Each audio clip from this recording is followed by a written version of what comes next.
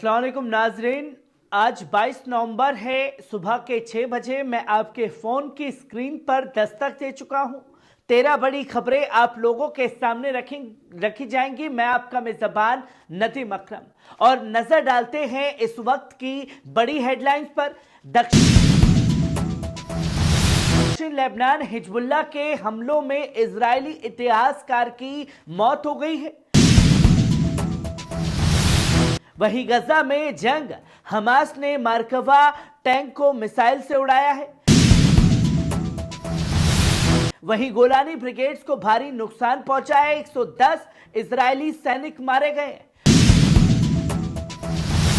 वहीं Abdul Malik al Houthi ने Yemen में अमेरिका को लेकर के बड़ा बयान दिया है। वहीं लेबनान में तकरीबन 36 से ज्यादा लोग शहीद हो गए हैं। वहीं अली लारिजानी ने हिजबुल्लाह की ताकत जंग का नक्शा बदल सकती है।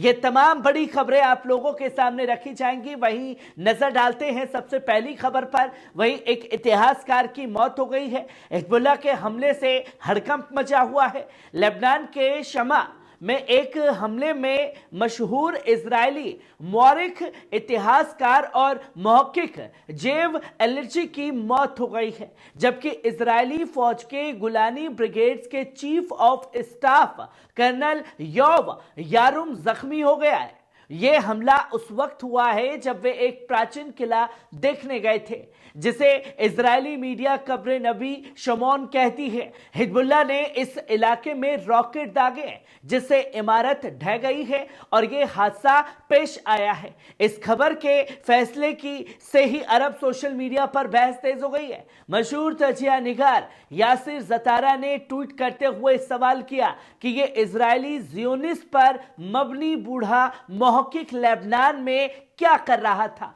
उन्होंने यह भी कहा कि इजरायली अखबार इसे इजराइल की सरजमीन के तारीख के बेमिसाल महक्किक के तौर पर पेश कर रहे हैं। वहीं जतारा ने इस पर जोर दिया कि यह महक्किक फौजी यूनिफॉर्म में हथियार के साथ था और यकीनन जंग लड़ने नहीं बल्कि अपने माजी के नक्शे तलाशने आया था, जैसे ही वे बरसों से पश्चिम किनारे वेस्ट बैंक में करता हुआ दिखाई देता था। वहीं आप दूसरी खबर अपनी स्क्रीन पर देख सकते हैं। गजा में जंग का नया मोड़ सामने आया। इजरायली फौज को भारी नुकसान पहुंचाया गया है। गजा में जंग ने एक और खतरनाक मोड़ ले लिया है। आज इजुद्दीन अल कस्साम ब्रिगेड, जो हमास का अस्करी विंग है, उसने ऐलान किया कि उन्होंने मरकवा टैंक को ताडुम मिसाइल से निशाना बनाया। यह हमला जबालिया के नजदीक सफातवी इलाके में हुआ। इसी तरह सराया अल कुदूस, जो इस्लामिक जिहाद का अस्करी विंग है, उसने ऐलान किया कि उन्होंने ज़बा अल शाबिया के अस्करी विंग अबू अली मुस्तफ़ा ब्रिगेड के साथ मिलकर नित्सराम सेक्टर में इजरायली फौजियों और अबू अरबाइन ठिकानों पर मोर्टार से हमला किया है। वहीं गजा सेक्टर से अलमायदीन के रिपोर्टर ने यह साफ तौर पर बताया कि शुमाली गजा में इजरायली फौज और मकामती मुजाहिदीन के बीच भीषण लड़ाई जारी है। कल इजुद्दीन अल कस्साम ब्रिगेड ने बैत लाहिया के बीच अपने फौज और इजरायली फौज के आमने सामने की जंग की तस्वीरें जारी की थी। वहीं इजरायली फौज ने यह भी मान लिया है कि नहशौन बटालियन से ताल्लुक रखने वाले एक फौजी की मौत हो गई है और बटालियन का कमांडर, जो कर्नल रैंक का अधिकारी है, गंभीर रूप से जख्मी भी हुआ है। यह हादसा जबलिया के नजदीक झड़प के दौरान घटित हुआ है। वहीं आप तीसरी खबर अपनी स्क्रीन पर देख सकते हैं। गोलानी ब्रिगेड्स को भारी नुकसान पहुंच रहा है। इजरायली अखबार मारिव ने खुलासा किया है कि गजा और लेबनान में इजरायली फौज को होने वाला नुकसान लगातार बढ़ता जा रहा है। रिपोर्ट के मुताबिक गोलानी ब्रिगेड ने इस जंग में सबसे ज्यादा कुर्बानियां दी हैं। गजा और लेबनान में इस ब्रिगेड के 110 फौजी मारे गए हैं, जो किसी भी पैदल सेना के ब्रिगेड के लिए सबसे बड़ा नुकसान है। हाल ही में गोलानी ब्रिगेड्स के चीफ ऑफ स्टाफ और कतीबा 13 के सरबराह भी गंभीर रूप से जख्मी हुए थे। इसके अलावा लेबनान के शमा इलाके में हिजबुल्लाह के हमले में एक इजरायली फौजी और एक मौरिक की मौत हो गई है, जिसे गोलानी ब्रिगेड के अफसर ने दक्षिण लेबनान में चोरी छिपे पहुंचाने का काम किया था। उस दौरान हिजबुल्लाह ने घात लगा करके ढेर करने का काम किया। वहीं आप चौथी खबर अपनी स्क्रीन पर देख सकते हैं। यमन के Houthi leader Abdul Malik al Houthi ने ऐलान किया है। यमन के अंसारुल्लाह के कायद अब्दुल मलिक अल हूती ने अपने ताजा बयान में कहा है कि यमन ने अमेरिका की बर्बरता और उसकी ताकतवर बेड़ों को चुनौती दी है। उन्होंने कहा है कि यमन ने कभी अपने मौकिफ से पीछे हटने का तसव्वुर नहीं किया और वे जंगे मकदस और फतेह मऊद की लड़ाई जारी रखेगा। अब्दुल मलिक अल हूती ने कहा कि यमन ने अमेरिकी हामिलात ए तायरा को निशाना बनाया, जिनसे अमेरिका पूरी दुनिया को डराता रहा है। उन्होंने दावा किया कि अमेरिकी हामिलात ए तायरा जो कि आइजनहावर लाल सागर से भाग चुकी है, अब यह मजीद बेइज्जती और शिकस्त का सामना कर रही है। उन्होंने यह भी कहा कि अब्राहम लिंकन की हामिलात ए तायरा अब अरब सागर से भागने की तैयारी में है, क्योंकि इसे वहां ठहरने में डर महसूस हो रहा है।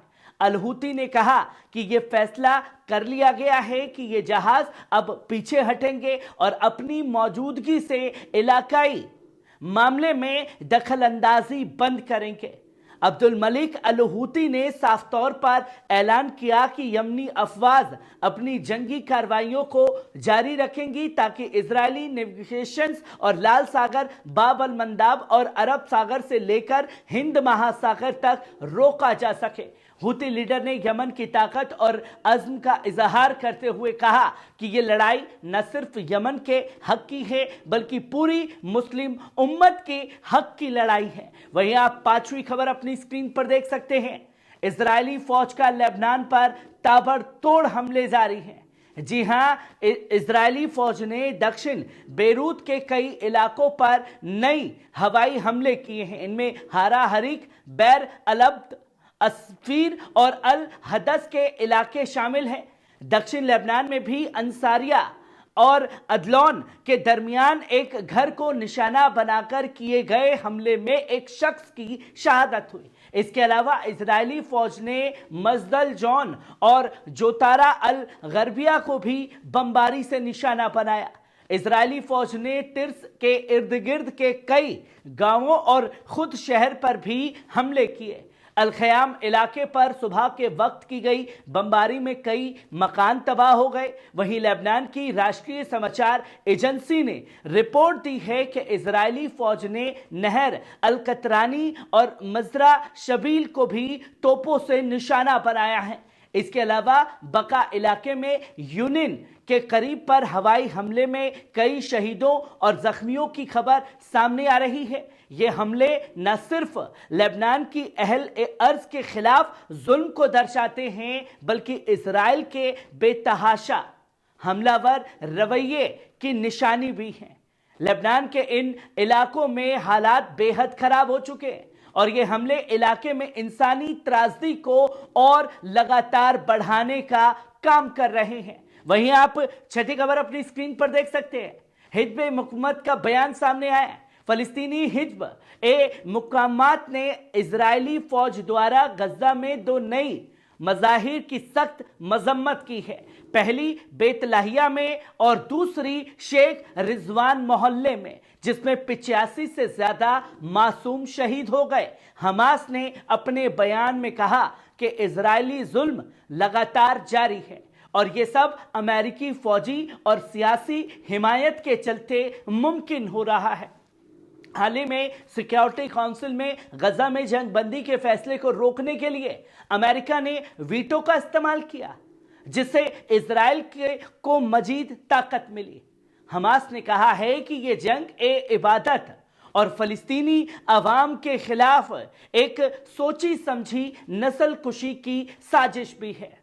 उन्होंने आलमी बिरादरी और अमनी इदारे यूएन को लेकर भी इल्जाम लगाया कि उनकी खामोशी और अम्ल से गुरेज इजराइल को और मजबूत कर रहा है।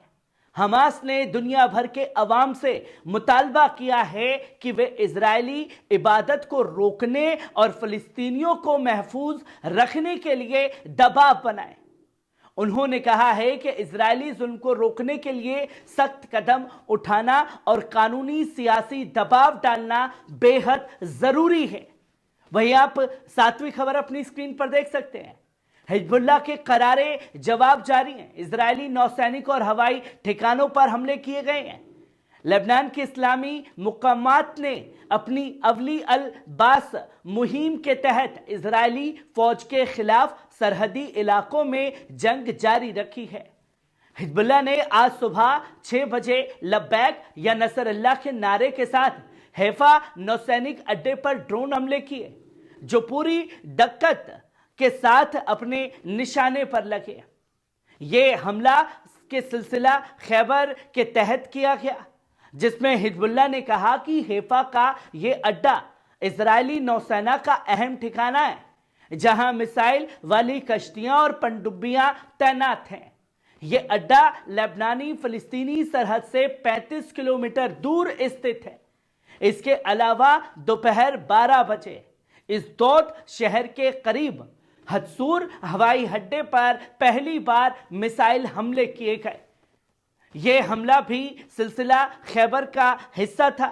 हत्सूर हवाई अड्डा, जो इजराइल के अहम फौजी अड्डों में से एक है, खुफिया और जंगी फौज की अहम तैनाती का ठिकाना है। यह लेबनान फलस्तीन सरहद से तकरीबन 150 किलोमीटर दूर की स्थिति पर है। अगर बात की जाए तो नोएडा से लेकर के खास तौर पर मुरादाबाद अगर कोई मिसाइल मारी जाए तो वो उस जगह जाकर के गिरेगी जहां साफ तौर पर सर झुकाने वाला नहीं है हिजबुल्लाह, ये बयान दे दिया गया है। वहीं आप 8वीं खबर अपनी स्क्रीन पर देख सकते हैं। गोलानी ब्रिगेड का कमांडर और फौजी जख्मी हुए। इजरायली रणनीतियां नाकाम हो रही हैं। दक्षिण लेबनान में हिजबुल्लाह के कमांडो ने इजरायली फौज पर एक संगीन घात लगाकर हमला किया, जिसमें गोलानी ब्रिगेड्स के चीफ ऑफ स्टाफ और कतीबा 13 के सरबराह को गंभीर जख्म पहुंचे। इस कार्रवाई में एक इतिहासकार की मौत बताई जा रही है, जिसे गोलानी ब्रिगेड के अफसर ने चोरी छिपे शमा गांव के करीब पहुंचाया था। पर सवाल यह खड़ा होता है कि आखिरकार वो उस जगह पहुंचा कैसे? क्या वो शख्स हिजबुल्लाह के हमले में ही मारा गया, या हिजबुल्लाह के ऊपर उसकी मौत का ठीकरा फोड़ा जा रहा है? ये तमाम तस्वीरें लोगों के सामने आ रही हैं, जिस पर बार बार सवाल खड़े हो रहे हैं। इस हमले में न सिर्फ मुकाबला किया गया, बल्कि जब इजरायली फौज ने जख्मियों को निकालने की कोशिश की तो उन पर भी हमला किया गया। इसके अलावा तैर हरफा के करीब एक घर में छिपे इजरायली फौजियों को निशाना बनाया गया। हिजबुल्लाह के बयान के मुताबिक मुजाहिदीन के दरमियान फासले से घर पर फायरिंग की और फिर मुस्तकीम असला से हमला कर दिया गया। घर के बड़े हिस्से को तबाह किया जा रहा है। वहीं आप 9वीं खबर अपनी स्क्रीन पर देख सकते हैं। जब बेटा इसमें महफूज नहीं रहेगा तो इजराइल का बाप भी महफूज रहने वाला नहीं है। वहीं अमेरिकी बेसिस पर हमले हुए हैं। सीरिया के देर अल अज़ोर इलाके में एक बड़ी खबर आ रही है, जहां कोनिको गैस फील्ड में मौजूद अमेरिकी फौजी अड्डे पर एक भारी रॉकेट हमला किया गया है। रिपोर्ट्स के मुताबिक यह हमला सप्लाई और लॉजिस्टिक के नॉर्दर्न यार्ड में हुआ है, जिससे अमेरिकी ठिकानों पर एक बार फिर खौफ का माहौल बना हुआ है। गौरतलब है कि हाल के दिनों में अमेरिकी ठिकानों पर हमले अब भी रोजमर्रा का हिस्सा बनते जा रहे हैं। मंगलवार को भी अल उमर ऑयल फील्ड और अल शदादी बेस पर भी इसी तरह के हमले किए गए हैं। वहीं आप 10वीं खबर अपनी स्क्रीन पर देख सकते हैं। ईरानी सदर मसूद पेजाशकियन का बड़ा बयान। ईरान के सदर मसूद पेजाशकियन ने इसरार किया कि ईरान को इलाकाई सतह पर तरक्की और बेहतरी का मिसाल बनना चाहिए। उन्होंने कहा कि मुल्क का development vision plan supreme leader ayatollah Syed Ali Khamenei के हिदायतों के तहत तैयार किया गया है। सिस्तान बलूचिस्तान के दौरे के दौरान उन्होंने मोहल्ले के सरमायादारों और माशी ऑपरेटर से मुलाकात की और इस बात पर जोर दिया कि ईरान को अपने बुलंद तरक्की के मकासद और हासिल करने के लिए संगीन कोशिशें करनी होंगी।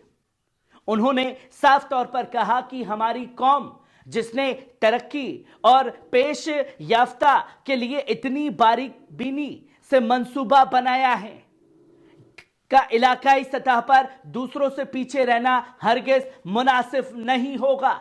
हमें तरक्की करनी होगी, आगे बढ़ना होगा। वहीं आप 11वीं खबर अपनी स्क्रीन पर देख सकते हैं। हिजबुल्लाह की ताकत के नक्शे को बदल सकती है। ईरानी मुशीर अली लारिजानी का बयान सामने आया है। ईरानी सुप्रीम लीडर के सीनियर मुशीर अली लारिजानी ने कहा कि लेबनान की इस्लामी हिजबुल्लाह की जंगी सलाहियतें इतनी तगड़ी हैं कि अगर इनका पूरा इस्तेमाल किया जाए तो इजराइल के साथ जंग का नक्शा बदल सकता है। लारिजानी ने यह भी कहा कि जमहूरी इस्लामी ईरान इस्लामिक रिपब्लिकन ऑफ ईरान हुकूमत या लेबनानी हुकूमत के हर फैसले का साथ देगा।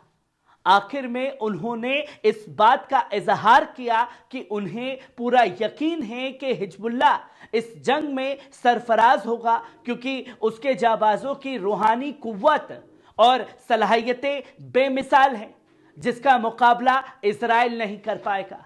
यह बयान ईरान के मुक़ामत के लिए मजबूत तायद है और इजराइल के खिलाफ उसके इरादों को साफ तौर पर जाहिर भी करता है। वहीं आप 12वीं खबर अपनी स्क्रीन पर देख सकते हैं। पुतिन का बड़ा बयान, यूक्रेन की हरकतें जंग को आलमी सतह पर ले जा रही हैं।